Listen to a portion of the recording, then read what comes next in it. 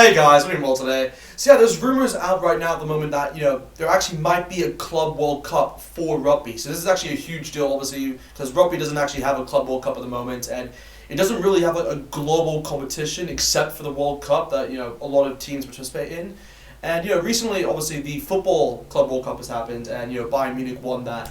And it's more or less, rugby wants to do something very similar to that, and where you get, the different leagues around, obviously, where you have, like, the Pro 14, the Top 14, you have, like, the MLR within US, you have, like, the Japanese League, you have as well as Super Rugby Aotearoa, which is the New Zealand one, as well as Super Rugby AU. You get all these leagues, as well as the Premiership, of course, and you get all those leagues, and you pretty much combine those clubs, obviously the best of the best, and you make this competition. And that's kind of the main thing about this, and it's more or less like where these rumors are actually coming to light now. Obviously, Brendan Laporte, last year, obviously he was going for the vice presidency for World Rugby, and obviously he got it now. It's more or less now where he's trying to initiate his project in a sense where, the rumors are actually now coming true that, this actually could happen. Like, there could actually be a Club World Cup for rugby, which is actually a huge deal. And I'm actually so excited for this. I mean, a lot of fans, I think a lot of rugby fans, including myself, actually want this to happen because it just shows, like, the best of the best, really, for within the whole globe, essentially. And, like, I mean, there's always been rumors of, like, oh, can the Crusaders play Leinster, or can I don't know, what else? Can Leinster play, like, the Exeter Chiefs? Like, there's all these things, or, like, maybe now, like, So, the way it works, essentially, is that, look, Brendan Laporte has pretty much stated out that the way that the whole system would work, and this competition would take place in 2022, by the way. It would be in place of the Heineken Champions Cup, and that would obviously be moved a year after in 2023.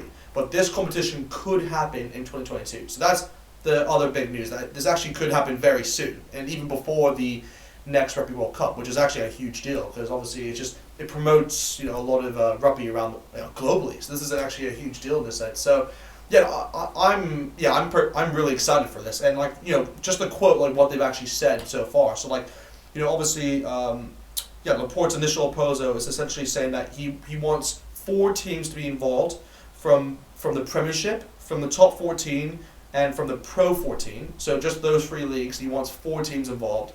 But then he wants 6 teams involved from Super Rugby. So obviously, in Super Rugby terms, this might be a slightly different to what it was proposed before, obviously because South Africa has now left Super Rugby. So most likely it'll be 3 teams from Super Rugby AU and 3 teams from Super Rugby Aotearoa. So that's what I'm guessing what we would see. And then they've also said that they would also have one each from US as well as Japan. So that's actually a good thing to see, and that's kind of what I would want.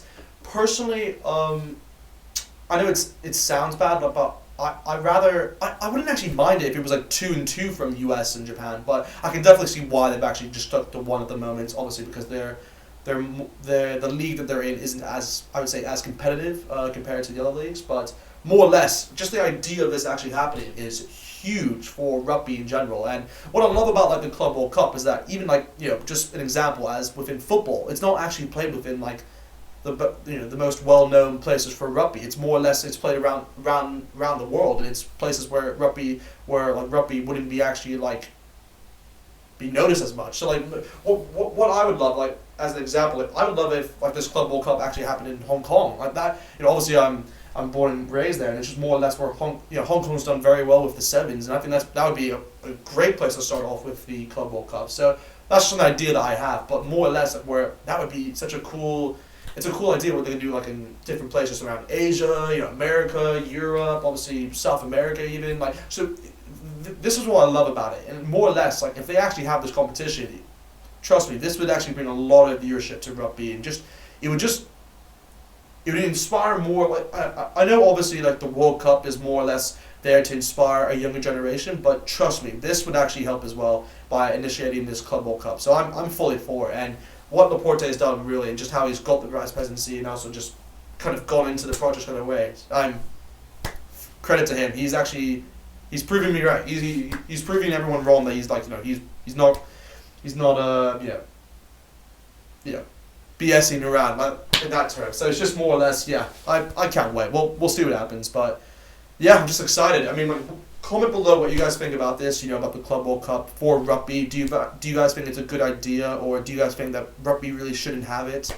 I mean, for me, I would love to have it. It's just more or less like where you have the Crusaders versus Leinster, you have Leinster versus Exeter Chiefs, you have Toulouse versus Crusaders, like all of these teams that combine together. It's just, I love it. And the players as well, just from different places, like, it'd be brilliant. But anyway, just, comment below, like I said, and just let me know what you guys think. But yeah, anyway, just hope you guys have a great day, and see you guys next time. So, a lot of people in the comments have been asking me recently, where do I get my Rugby Kits from? Yeah, this is one of the main places where I do get them from. Obviously, Fanatics is currently selling all of the new Rugby Kits at the moment, and especially, during the Six Nations period, they have a lot of new Rugby Kits out. Obviously there's the 150th anniversary kits for England, which is pretty cool.